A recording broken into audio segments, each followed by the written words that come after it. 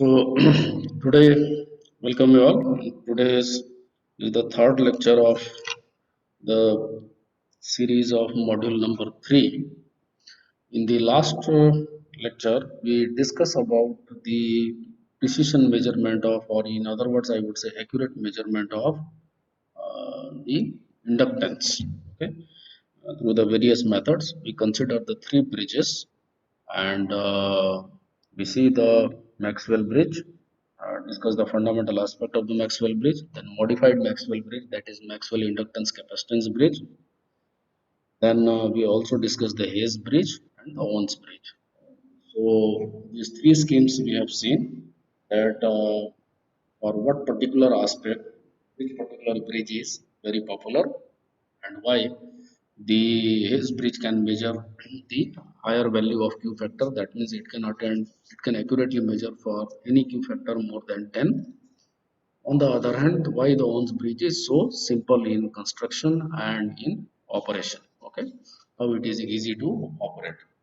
So that part we have seen in the last lecture under the head of measurement of inductances.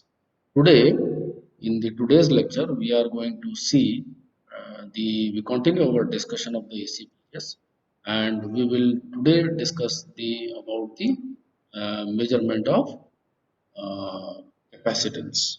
Right now, when it comes to the measurement of capacitance, you can say that we are going to consider the practical scenario of the capacitance. What do you mean by the practical scenario of the capacitance? We know that when we consider the any capacitor or inductor or resistor, as I used to say that depending on the type of material you used, any resistors, any general purpose resistor is always offers some reactive component, and on the other hand, any reactive element like inductance or capacitance also have some certain component of the resistances, right? Not unlike the standard resistor or standard inductor or standard capacitor, because they are made of very high standard materials with a very high standard manufacturing practices, because normally these devices are not only used for the measurement purpose for the sensitive systems and physical parameters and electrical parameters variables, but also elements, these standard elements are also used for the secondary calibration also in the field area. Yeah. Now come back to our original discussion. So when you talk about the ideal capacitance, so that means it is well understood that the dielectric material which is used to construct the capacitor is made of by such a material that permits that allow the permeability is close to infinite. Okay, higher the permeability is, epsilon is, lower the resistance is. Okay, amount of resistance appear in the capacitance is. As you can see in this particular diagram, you compare between the real capacitor and in the ideal capacitor. Okay, rather inverse, it should be the vice versa. You would say that when you talk about the ideal capacitor, so there is a no resistance at all, and in a capacitor which is mentioned here ideal, it should be real, rather vice versa. Okay, so if what see ideal is mentioned, if you are going to add one series resistance, that is called equivalent series resistance, or in short ESR, then it becomes a real capacitor.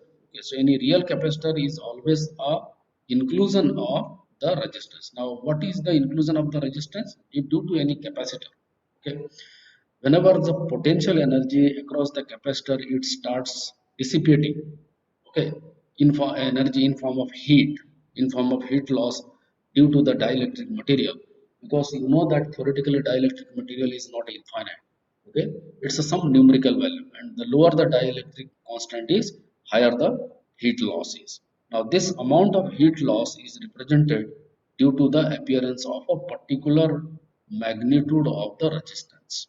Okay, so that means if the ESR is small, in that case, the capacitor is good. It generates very high degree of capacitance. On the contrary to that, if the ESR is large, then it generates poor capacitance. Okay, clear? So that's how a real or lossy capacitor can be represented in form of the ideal capacitor by attaining one equivalent series resistance. Yeah?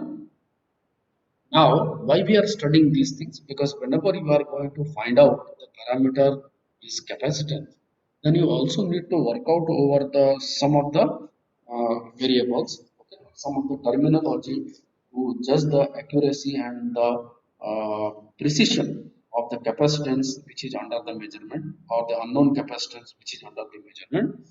That is in terms of the resistive power loss.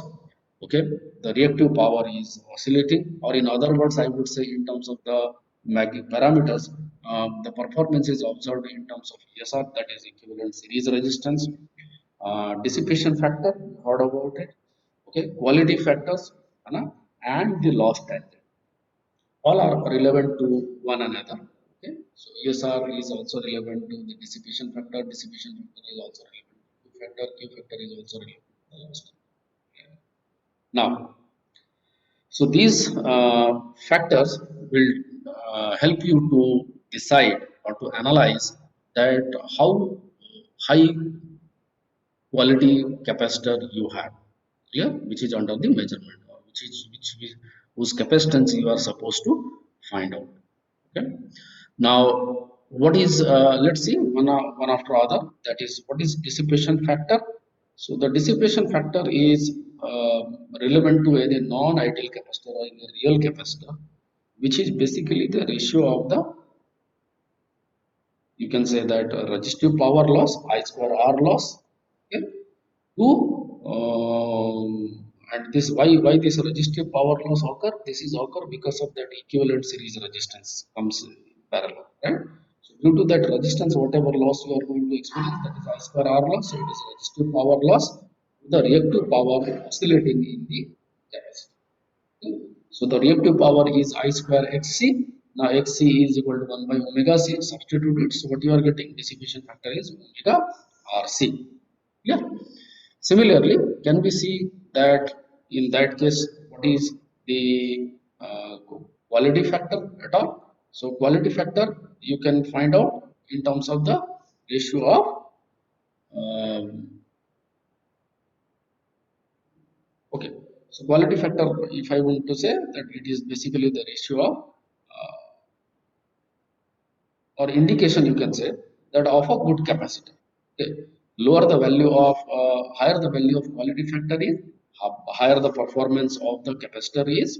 On the contrary to that, lower the value of dissipation factor is, higher the value of quality of the capacitor is. So that means basically the quality factor is inversely proportional to the dissipation factor, right? So in other words, your quality factor you can find out by the ratio of I square Xc by I square R. But remember, in this case, your the definition of the quality factor will be bit different. Yeah. Okay. So that is basically the amount of, or the ratio or amount or the ratio of energy stored, okay, in each dissipation cycle. That is your basically the quality factor. Yeah. That's how in case of the measurement of capacitance, for the purpose of measurement of capacitance, you can find out the quality factor. Otherwise, you know that quality factor also has a relation in terms of the resonant frequency and the bandwidth. So that's that thing we use typically in some other applications like communication engineering. Yeah. So whenever you wanted to measure unknown value of capacitance, in that case, if you want to judge the performance of that unknown capacitance, which is under the measurement in terms of quality factor, you can find out and by the ratio of I square Xc by I square R. Okay. So that is the amount of energy stored, okay, to that dissipated per cycle. That is the actually a formulation. Okay. So it is your Xc by R. Now let's see what is your tangent angle, or what you call your impedance triangle diagram is also known as. Okay. That is also another parameter. So with the help of your tangent angle or the loss tangent, or we call the impedance triangle diagram, what we try to do, that we are trying to find out the ratio of the voltage drop across the capacitor, okay, with respect to the capacitor voltage only.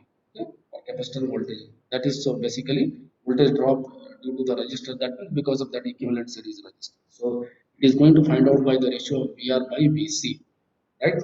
So that means if the value of VR is so loss tangent is nothing but it is proportional to the resistance. That means higher the value of your equivalent series resistance, higher the value of tangent angle. So what does it mean? It means tangent angle should also less as much as possible. So because it is a voltage drop across the capacitor with respect to the dissipated voltage across the resistor, okay. So your resistance value should be less because tan angle is proportional to the R. So in other words, it is IR by IXC. X is again 1 by omega c. So if you substitute it, you are getting omega RC. Now you see your tan angle, you are getting omega RC. Your dissipation factor, which is basically the ratio of the resistive power loss to the reactive power oscillating in the capacitor, is also omega RC. So you can say that numerically or mathematically, dissipation factor is also equal to the tangent angle. Whereas tangent angle is what? It is basically the total voltage drop across the resistor or the amount of power being dissipated due to the resistive element ESR, okay, with respect to the voltage drop across the capacitor. Okay. Remember, definitions are different, but mathematical interpretation are the same. Okay. On the other hand, quality factor, it is basically the ratio of the amount of energy stored to that dissipated per cycle. Okay. Again, the statement is different, and now here you are getting Q factor is actually 1 upon omega RC in terms of RC. So therefore, it is inversely proportional to current tangent angle. So what we can conclude that to attain a very high value of a capacitance, you need a high quality capacitor, okay, that attain the lower value of the dissipation factor and loss tangent, that is the, okay, loss. So the losses you can reduce by uh, either improving the quality factor or by reducing the dissipation factor or by reducing the loss tangent. Yeah. Now, under the head of today's session, we are going to consider the two bridges for under the head of measurement as far as your course content is concerned. Okay, so we will see the shearing bridge and we see the T-Southeast bridge. The T-Southeast is very popular because again the advantage of just like in Ohm's bridge enjoys the advantage of the measurement of capacitance due to its simple mathematical interpretation. Okay, due to the typical selection of the elements in across the each arm of the bridges, the same advantage is here is enjoyed by the T-Southeast. First, let's see the steering bridge and then we will move to the T-Southeast. Now here you see the construction of the shearing bridge.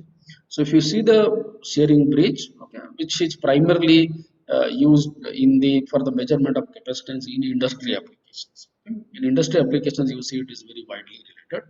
And if you compare the configuration of this particular shearing bridges, you can say that it is a basically complementary of the Maxwell bridge. Okay. Typically, okay, not exactly the Maxwell bridge, rather you can consider the combination of Maxwell bridge and the Ohm's bridge. Okay.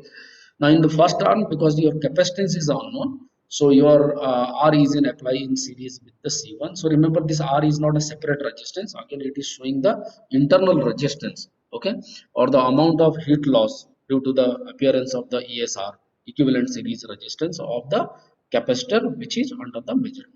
C2 is again a known capacitor. Okay, R3 is a known resistance or a fixed value of resistance, and R4 C4 you have chosen the front arm of the AB across, that is a parallel tuning circuit where both resistance and capacitance are variable. Yeah. So with this, probably across the voltage drop across the V1 and the voltage drop across the V2 as per this diagram, as per that this figure is shown in the author as drawn by the author, is the same. Similarly, the voltage drop V3 should be equal to the voltage drop V4. So assuming these two, I hope that you will be able to draw the phasor diagram, which is represented in the right of sections as you have practiced in the basic electrical engineering. So I'm not going to repeat these exercises again. See phasor diagram. Now coming back, I'm assuming that you have applied the balancing condition. How you have achieved that balancing condition? So using the null type detector or the D oscillometer, where the amount of moment when the amount of current flow through the detector is zero, no current is flowing, So in that case, you can assume that the amount of current across the arm AB and across the arm BD are the same. Similarly, the amount of current passing through I2 across the arm AC is also equal to the arm CD. You have achieved that condition, apply the equivalent resistance. So it is R1 plus 1 upon R1 plus XC. XC is 1 upon j omega C1, okay, upon the voltage drop across the R3, okay. So that is V1 by V3. So you are getting your R3, and here resistance, and in the is equal to, that should be equal to 1 upon j omega C2 and upon this parallel tuning circuit R4 in parallel with X4, where X4 is 1 upon j omega C4. Substituted, resolve these equations, and then you see, separate the real and imaginary part. This is the equations you are getting, and separate the real and imaginary part. So if you see here, what we are getting, R4 R1 is equal to R3 R4 C4 upon C2. So if you deduct the R4 R4, you are getting R1 is equal to R3 C4 by R3 C4 by C2, right? And on the contrary to that, if you will remove these things, so R4 by C1, imaginary part if you are equating, so R4 by C1 is equal to R3 by C2, okay, R3 by C2. Now, you know that C1 is which is under the measurement, so if you are rearrange the equation, so you are getting C1 is equal to C2 to R4 by R3. Yeah, so these are the two statements you are getting. Now, if you are trying to calculate the dissipation factor, as you know that the dissipation factors we have been calculated here as the amount of the resistive power loss in the ESR to the reactive power oscillating in the capacitor. So if you will apply this equation, I square R by I square XC, so substitute the value of I square R1 here, okay, and XC. So in this case, the equation you are getting omega R4 C4, because standard equation is omega RC. So what you are getting R4 C4. You remember both R4 and C4 are the variable. Okay, so that is how you can obtain the dissipation factor in the balancing conditions. Okay, so that is one method, that is what you call the sharing bridge, very popular in the industry applications. Now let us see the another construction, that is the de-Sautis bridge. Now you see that if you are going to compare the de-Sautis bridge with the sharing bridge, what difference you are getting? In the arm AB, in case of sharing bridge, you have considered the internal resistance R1, which is absent here. What does it means? It means the C1 which is you are using here, unknown capacitor, okay, in terms of a standard capacitor you are using, or you have considered a very high value of degree of the capacitor. At that time, you can use the de-Sautis bridge for the measurement purpose. So it is very popular. It's not that you cannot use in industry.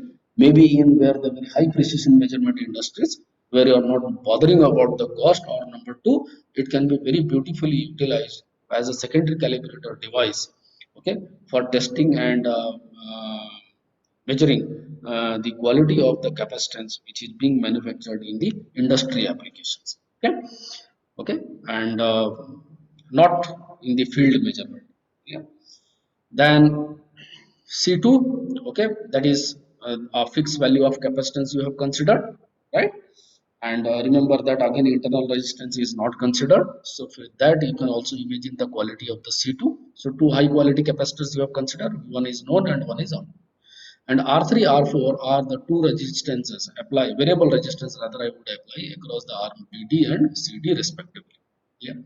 Now you apply the same condition. So I would say that XC1 into R4 should be equal to XC2 by R3. That is my way of writing. You can otherwise write the ratio of V1 by V3 is equal to V2 by V4. It is up to you. Okay. So substitute these values. What you are getting basically C1 by C2 is equal to R4 by R3. So therefore C1 is equal to C2 into R4 by R3. Okay. You see that this value of capacitance C1 is also you are getting exactly the same. Whereas you have got the two parameters, because the R1 is considered here, and that R1 is nullified here because we are using a standard capacitor, that means a very high quality capacitor. The equation is much more simple. You have only one equation and the straight of equation. Even from the phasor diagram, whatever the methods you have right now see, Okay, it is probably one of the most simplest phasor diagram other than the Wheatstone bridge. Yeah. So with this, you can imagine the simplicity of the T-Southeast bridge. Yeah. So that's why I've been told you at the beginning that as far as the standard calibration is concerned, you can use the T-Southeast bridge. Yeah. So this is what at all it is mentioned.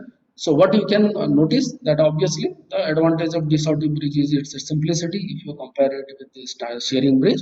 Okay, and the advantage may be nullified in terms of the impurities creeping in the measurement if the capacitor is not free from the dielectric losses. That means if you are trying to use a normal capacitor rather than a standard capacitor for the measurement of unknown value of capacitance using the D-Southeast bridge, in that case you may get inaccurate results. Okay, so remember this. This is the better for the lossless air capacitors. Clear? Lossless air capacitors is fine. So remember this. Okay. So, in order to therefore improve the accuracy of the measurement, later on, it is not very popular. I mean, not name is not marketed, but an Indian inventors, that is the Grover, has later on introduced the modification of the D-Southeast bridge, or in other words, rather than Grover's bridge, it is mostly known as modified D-Southeast bridge. Okay, because of that narrow-minded Western interest, I would say. Okay, but it is introduced by the Grover, you will remember. So no harm if you are writing it Grover bridge, but normally it is known as modified T-Southeast bridge. So this bridge is basically a series resistance capacitance bridge. So if you will compare it in terms of nomenclature, remember it is equivalent to a modified Maxwell bridge. But the difference is modified Maxwell bridge is not simple in construction. Remember, it's Ohm's bridge, right? In case of the measurement of the inductance. So in this case, what we have done, you see, we not only consider the series resistance, that is the internal resistances loss, but we also use the resistance R1 and R2 in the first two R to control the flow of the current, fixed value of resistance. Okay, accordingly, obviously the phasor diagram will change, and accordingly, obviously the your balancing equation, your stand okay equation at the balancing condition will also change. So due to that, what will happen? Your standard equations is going to supposed to change, and accordingly you separate the real part, you separate the imaginary part. As far as the imaginary part concerned, you will exactly get the same relation, but in real part you got some additional equations. Okay, as like you have experienced in case of the sharing bridge, right? In sharing bridge, it is basically R1 by R3, I would say, is equal to C4 by C2, and what here you are getting, uh, R4 by R3 is equal to C1 by C2. So that's the difference. It is, but you are get similar kind of trend or similar kind of fashion. Now, if you want to calculate the dissipation factor of the this or this bridge, okay, again and again I'm telling you, try to remember these things. What is your dissipation factor? What is your loss tangent angle? What is dissipation factor? It's indicate the losses. So therefore the resistive part in the numerator, okay, with respect to the reactive power is oscillating. On the other hand, loss tangent angle or the quality factor, that is basically the ratio of the reactive upon loss tangent is obviously same. Okay, but it is the you can say that quality factor is the reverse, because the higher the quality factor, performance is amount of energy stored with respect to the dissipated power. So you can consider any one factor. Normally for these measurements, we use the dissipation factor is a very good, very standard analogy to judge the quality of the capacitor which is under the measurement. So if you calculate over here, you are getting your omega C2 R2, and because you also need to find out the value of C2, because remember you have two capacitances are involved. Okay, so you are required to find out the D1 and D2, and the actual dissipation factor will be the difference of the two. Obviously the energy loss can be only positive, so you can consider which one is higher, which one is lower. Accordingly this equation has been changed. So here we are assuming that D2 is higher than D1 by default. Okay, and then accordingly these losses has been calculated. Okay, so which is there omega C2 within bracket R1 R4 upon R3 minus R2. So the dissipation factor for one capacitor can be estimated if the dissipation factor of the the other capacitor is known. That is the check. Remember, that is the limitation of the Grover's bridge or modified disorders. Okay. So that's how is all about the today's class, I would say. And if you have any doubt, you can discuss with me. Otherwise, you can disperse. We will be meeting in the next lecture to continue our discussion. Thank you. Arman just mention the absentees. That's it.